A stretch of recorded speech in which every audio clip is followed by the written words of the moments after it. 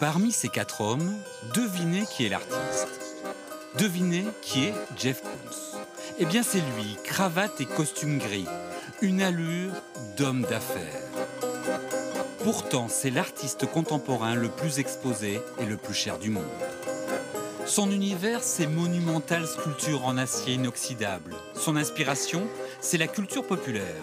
Et quand il nous présente son Popeye grand format, il nous parle de ses souvenirs de gamin américain. J'ai beaucoup vu le dessin animé, c'était un incontournable à mon époque. Alors je regardais souvent Popeye le matin et puis ces tatouages étaient si populaires.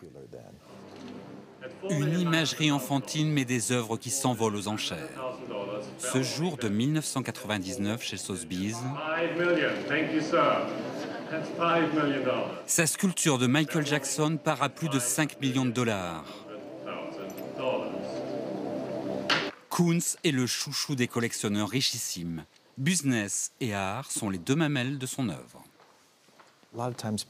Souvent, les gens se focalisent sur l'argent. Et l'argent a inondé le monde de l'art. Les amateurs ont multiplié les collections.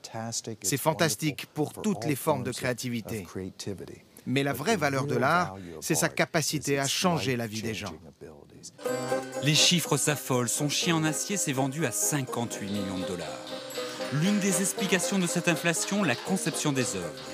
Un atelier à New York, une usine en Californie, les meilleurs artisans fabriquent des Koons.